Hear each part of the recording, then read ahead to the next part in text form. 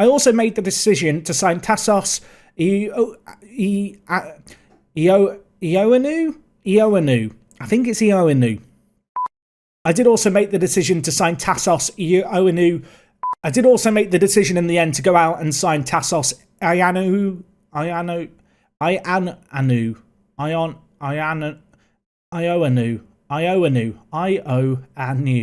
I did also make the decision to go out and sign Tassos I can't do it, everyone. I can't do it. Try again. I did also make the decision to go out and sign Tassos Ioanu. I've tried to say his name 5 times there. That's the best take. We'll go with that one. Yeah.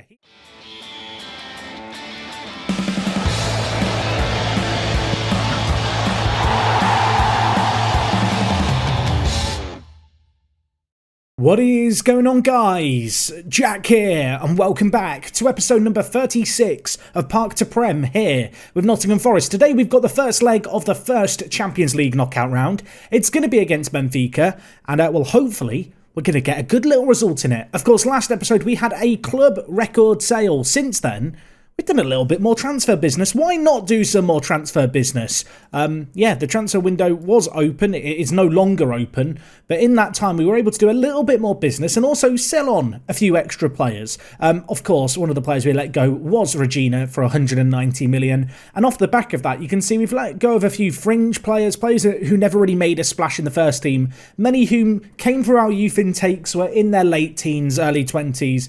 And we managed to cash in on a few of them. But there were a few players who I signed in previous years that we were able to sell on. Jake Shaw here has ended up at Swansea. We signed him for 700k from Boston United a few years ago. After a number of loan spells, he didn't really develop into anything that I thought was first team worthy. We were able to get £2.5 million for the 20-year-old there. And another sale, which I think was a really good deal, was Kerry Hyde here, who is a good English player, and at 18 definitely has some potential to fulfill. I think that is a reason why Wolves have gone in for him. But after we signed him from Reading for 1.5 million, he doesn't look like an incredible player by any means. And so to get £7.5 million for Kerry felt like just really good, sensible business that we absolutely should be doing. You can see elsewhere, Ham Sang okay. Yeah, sorry, it's not so okay, everyone. He's ended up going to Cannes over in France. He was on loan at Monaco for the first half of the season. They expressed an interest in signing him for £15.5 million. He, of course, joined us a number of years ago for 1 million, had a whole host of loan spells, got regular first-team football, but without ever really performing. £15 million? I will happily take that. Sure thing. Thank you very much. So those are the big sales. A couple of youngsters who have gone out on loan, though, that deserve to be recognised. Cameron Ferguson, I've decided to loan him out. He wasn't getting quite as much first-team football this year as I was hoping. He had a really good loan spell at Villa last year, and they actually came in for him in January. I thought, you know what, let's send him there again. He flourished there previously. 5 games he's played really, really well. 2 goals, 1 assist, not bad for a centre attacking mid over on his loan spell. Elsewhere, there are a number of other loans. I'm trying to think of the more significant ones. Svetskov has ended up going to Villarreal on loan. The young Bulgarian has been getting some good football in his kind of early days of his loan spell, I suppose. And elsewhere, definitely a loan worth mentioning is Stefan Hahn has ended up going to Huesca. That's almost certainly not how you say it. Of course, he was a player who really looked good last year before he joined us. He started making a few appearances for Austria, came and played in the reserves for a year, didn't set the world alight. Similar to a lot of these players, I've sent him on loan to a top team in a top division in a major European league. Get the game time, get the experience, hopefully develop. Lots of reasons to hope that, that these players that we're sending out on loan, worst case scenario, we sell them on for a lot of money like Ham Sang okay. Best possible scenario, they're in the first team tearing it up for us for many years to come. Elsewhere on the ins, though, we've done a little bit of business. Of course, we had Sampaio joining us from Porto. That deal was not quite done last time. It is done now. He's settled in amazingly. 7.4 average rating after 4 games in the Premier League. We might have a more than adequate replacement from Regina in our hands. So very happy about that. I did also make the decision to go out and sign Tassos Ioanu. I've tried to say his name 5 times there. That's the best take. We'll go with that one. Yeah, he has joined us from Swansea. I really like the look of this guy. He's not cheap at £50 million. English players are never going to be cheap who look as good as he does. Not the best start to his time at the club. 2 starts. He's not really shone in. Look, I'm not going to panic just yet. He's just turned 19. Just started playing for the England under-21s. And the main thing is, even if he's not performing on the pitch, he is continuing to develop. And he just looks like a really good player. I'm very, very excited for Tassos Ioannou. I'll practice it. We'll come back to that one. Anyway, we did make 2 further deadline day signings. We signed Poiana, who is a Romanian forward. He looks really good. He's actually going back on loan for the next 18 months. He developed really well at his current club. He's played, a load of league games for them, put in some good performances. Whilst I could have signed him and instantly thrown him into our first team, we have more than enough strikers. But at £7 million, he looks like a really, really good project. Wonderkid media description, hoping that our scouts are a little bit wrong and he's got a little more potential, to show. But even if he doesn't, I think we're comfortably going to make some money on him. £7 million, absolute peanuts. And the last player we signed was Eric De Silva, who I signed because, Seka, his time in the sun might be done. We need to get the next young South African into the team. And Eric De Silva, fantastic name. Looks like a really interesting player as well as at 18. Really good physicals. I know he's naturally a winger. I almost certainly will end up training him as a box-to-box midfielder. He didn't get a work permit, but Spal, they were desperate to have him on loan. So we've let him go on loan there. A couple of late, deadline day deals. We had a little bit of money burning a hole in our pocket, I suppose. We have still got £26 million in the bank. Worth noting, a few players are going to be joining us down the line. If we look here, of course, a number of these I've talked about before. Most of them are on the ins. I'm trying to think if there's any new names here. There are a few. Johan Alvarez is going to be joining us. He is playing for Atlas right now over in Mexico. 18 years old, joins us in the summer. Only had his birthday a week ago. Forgot to send him a birthday card. Well, don't remind him that I didn't send him one. We also have Cairo here, or Ciro. I kind of want to call him Spyro, but I realise that it's 2 letters off being Spyro the Dragon. I don't know if I can give him the nickname or not. But he's a 17-year-old Brazilian forward. Asking price was really small. Felt like a really smart deal. Sign him, hope he develops, sell him on for a little bit of money. Or if he ends up being a world beater, well, he's here at the team, isn't he? So there's not a lot to worry about there. The one big signing that I did make, though, that might make your eyes water slightly is Ivo Stupas, who is joining us from Ajax. 17 years old, Dutch centre-back. In the end, I decided to sign him after Ham Sang OK confirmed his transfer away from the club. Stupas, by comparison, is a £23 million signing. That is a massive sum of money. But I felt like I could afford to take it. We had a little bit of money left over. He's 17. He's got great jumping reach. His physicals are really solid for his age. His mentals are very, very good. Maybe needs to work a little bit on his ability with the ball at his feet. His heading could perhaps do with a little bit of improvement. But ultimately, 17 years old, one of Ajax's hot prospects. I really, really like the look of this guy. So that's the latest team news in terms of the transfers going on at the club. But it's not the only bit of action that's been going on off the pitch, because there is a storm brewing, and it is our captain who is, he's the cause of the storm. Damani Grimes, I've got written down in my notes here, he hates me. He asked for more first team football. I might have told him I'd consider giving him more and then not done that.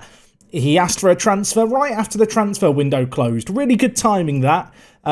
He's not a happy bunny. He's not been a feature of our first team plans for a little while. His influence in the dressing room has been slipping. He's no longer even on the bench with, Navio playing at centre-back kind of as the backup and Silva coming into the club in the summer.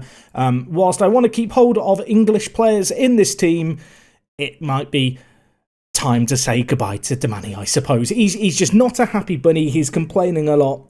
Fortunately, it's not bled out into too many other things and issues off the pitch, I suppose. I did have a few other transfer offers that were fairly hefty ones that I turned down.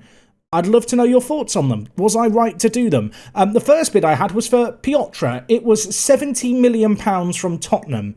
I rejected it. I didn't really need the money. It was on deadline day. He's been such a key part of our team at centre-back. I just felt like it was an impossible task to try and replace him. He's such a good player. He fits our system perfectly. Obviously consistent, loves big games, great in the air.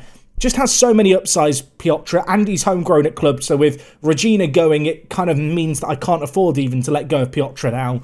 so I did turn down that £70 million bid. And the other player that I considered a little more was for Dr. Medj. It was an offer from Barcelona. It was £56 million, which is not an insignificant sum of money.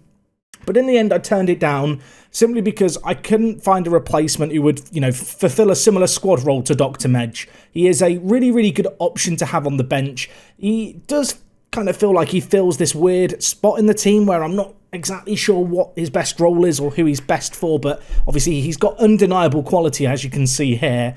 And whilst he is inconsistent, my kind of logic to not sell him was, I think we'll get a bit of more than £50 million at some point in the future for this guy. He's got a little bit of potential. Hopefully he can fulfill it. And he serves a purpose. He's not a player who doesn't have a role in this team. 6 goals in the league, 4 assists as well. He's very, very good. And one final bit of team news, which you might have spotted already by the fact that Stokes is in goal, is the fact that Toby, he got injured right before today's game against Benfica. So whilst he has played the run of games we're about to go into, it is Carl Stokes in goal today. And I'll be honest, I'm not overly happy about it. I don't feel like he's that particularly good. But we kind of have to make do with it, unfortunately for us. Anyway, in terms of results since you were last here, we have played 5 games in all competitions. We started off with a win against Cardiff, a 2-0 win here. Good little result, Piotr and David Linds with the goals. Unfortunately, we crashed out of the FA Cup. We lost against Watford, as you can see here. I did play a rotated team, still a very, very strong team though, make absolutely no mistake. A few little changes like Ferguson coming in and Dr. Medj out on the left, but actually, I say it wasn't even really rotated. It was a close game. It was a ding-dong battle.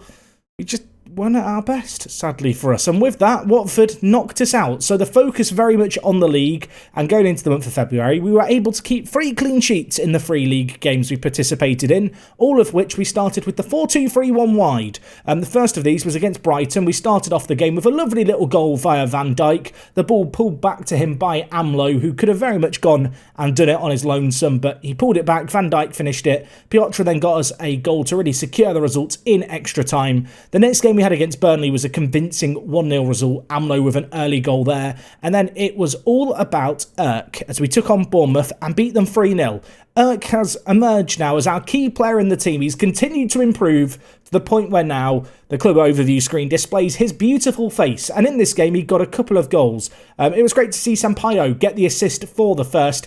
And, Irk turned assister, if I'm not mistaken, for the second. A couple of late goals in this game kind of flattered us, really. Made the result look a lot more comfortable than it was. But some nice finishing by Irk. And his recent form has been absolutely top drawer. I've continued to experiment with the system. I feel like what we are playing now is getting the most out of Irk. In his last 5 games, 2 goals, 4 assists, a 7.54 average rating.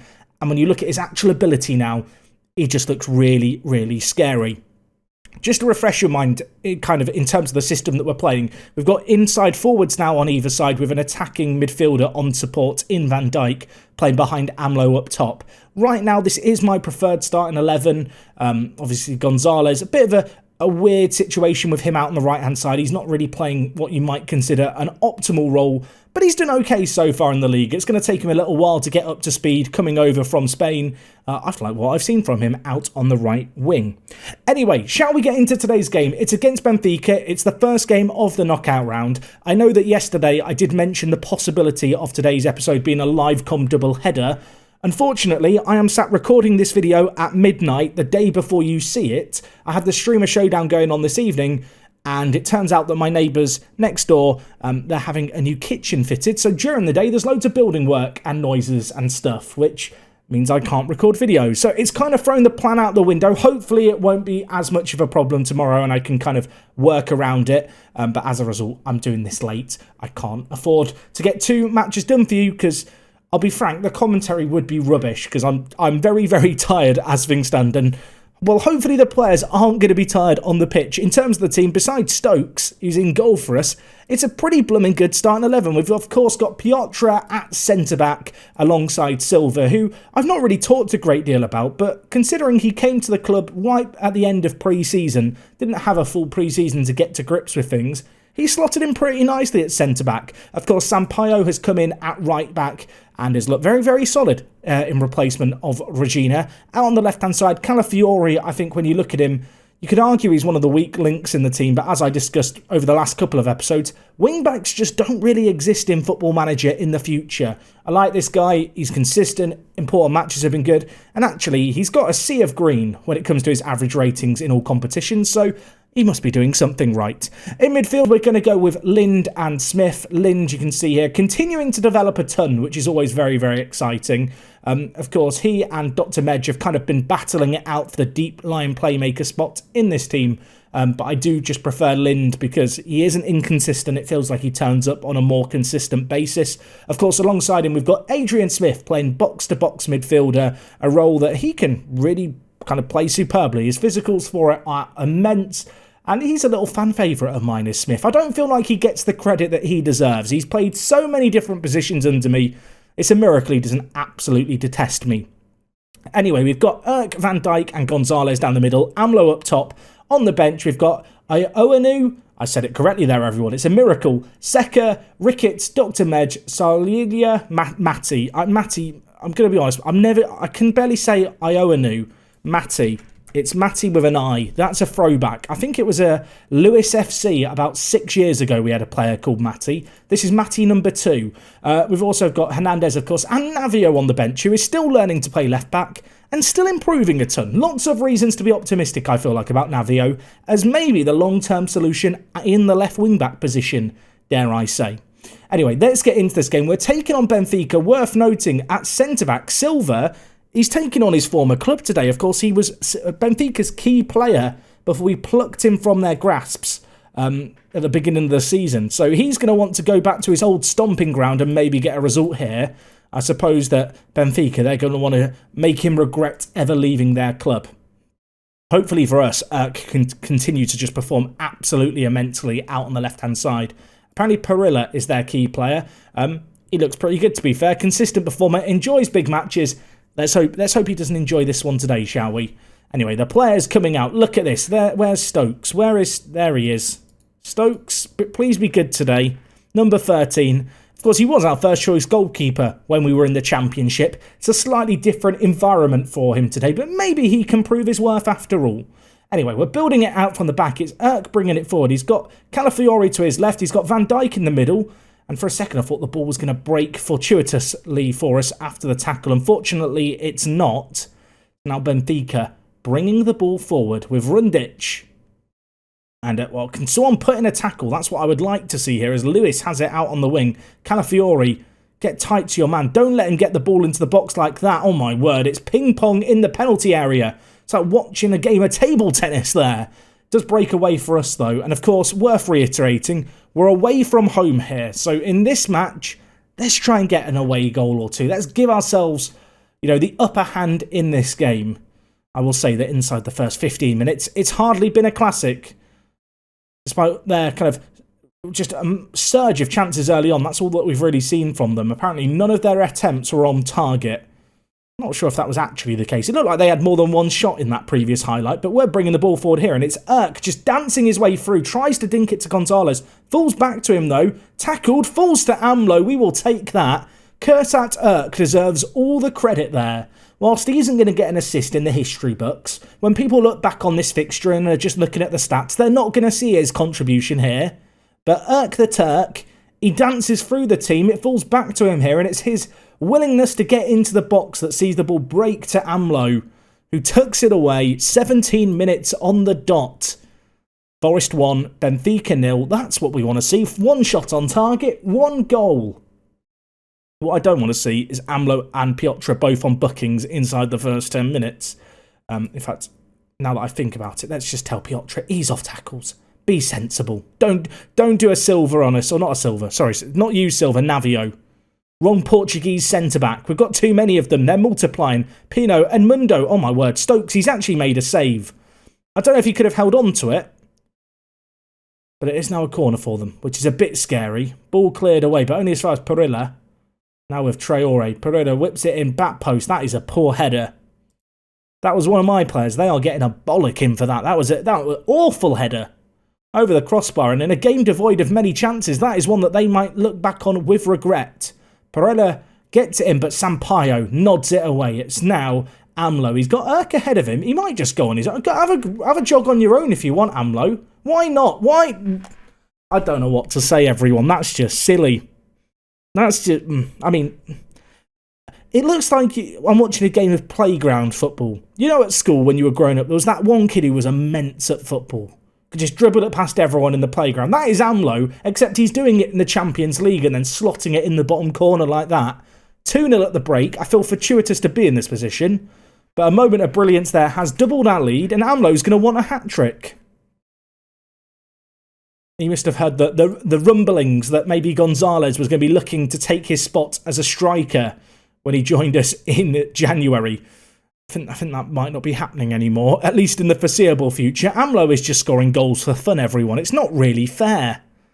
Van Dijk is struggling in this game, so on the hour mark, I think I'm going to take him off and bring in Owen Ricketts. Out on the right-hand side, Gonzalez hasn't had a good game, so you know what? I'm going to torture myself. Ioanu. I said it right again. I'm getting good at this now. Ioanu. He's coming out on the right-hand side, but not before this highlight ends.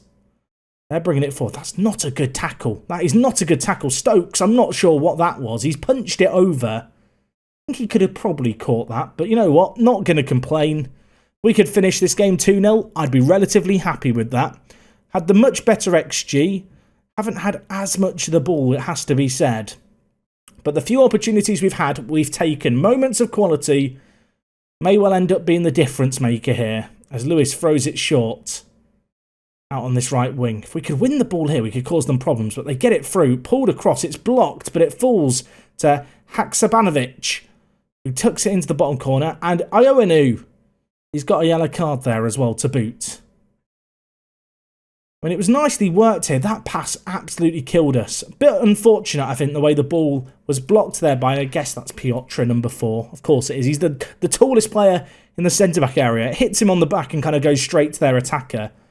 Got an opportunity here, though. Ricketts. Piotr's there. He's hit the woodwork, and then, oh my word, it's cleared against one of the attackers and ends up going over the bar for a Benfica goal kick, which, well, we're going to see right away. Trying to press from the front, trying to dispossess them before they can get it into a dangerous area. But Lewis entering a dangerous area here. Skips past one. Piotr isn't there. Oh my word. Oh my word. I mean, I don't know if that was as good as the AMLO goal. The finish was a bit more satisfying. It's cannoned into the top corner.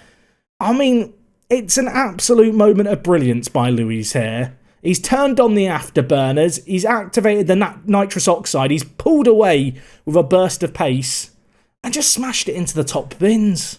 I mean, the 2 away goals is nice for us, right?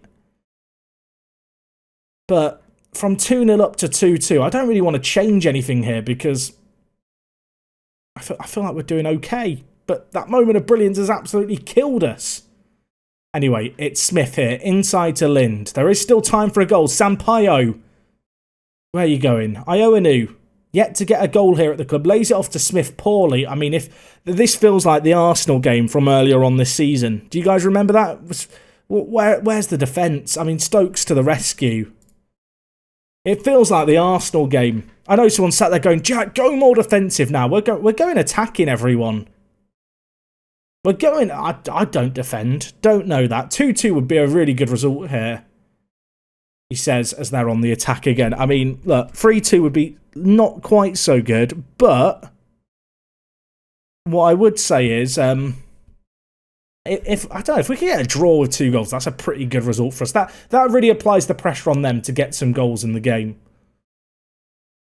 Anyway, time is trickling away here. It's going to finish 2-2. I think I have to be happy with that. It wasn't a particularly great performance by us, but 2 goals away from home in the first leg, it gives us a platform to grow off. And plenty of reason for optimism kind of going into the second leg, which is going to be in about a month, if I'm not mistaken. My plan for next episode is to come back, of course, for that second leg and bundle it in with a game against Manchester United in the Premier League because, well, right now we have an outside chance at a title chase. It's probably not going to happen, but top 4's looking pretty likely at this point with a game in hand, and that win against United could really, confirm that in a couple of games' time. You can see the current date is the 25th of February. That does mean that youth intake day may arrive before next episode. Just to have a little preview of it. It seems okay. It seems like that they're not super excited, but they're not telling me not to expect anything. So we'll play it by ear. I feel like with these youth intake previews, they'll say a golden generation and then it's rubbish, and then sometimes you'll be told it's rubbish and there's just one star player. So we'll find out tomorrow what kind of youth intake we've got, and also what kind of team we've got. Have we got the attitude to go out there, grab 4th place now, at the very least that we deserve, and navigate through Europe? I certainly hope so. You'll have to tune in tomorrow to find out. Thank you for watching today, guys. Let me know what you thought of today's episode. Apologies for the fact it's not a double header. I'm going to go to bed. I'll see you next time. It is me, Jack, and I will talk to you guys in a bit. I'm out.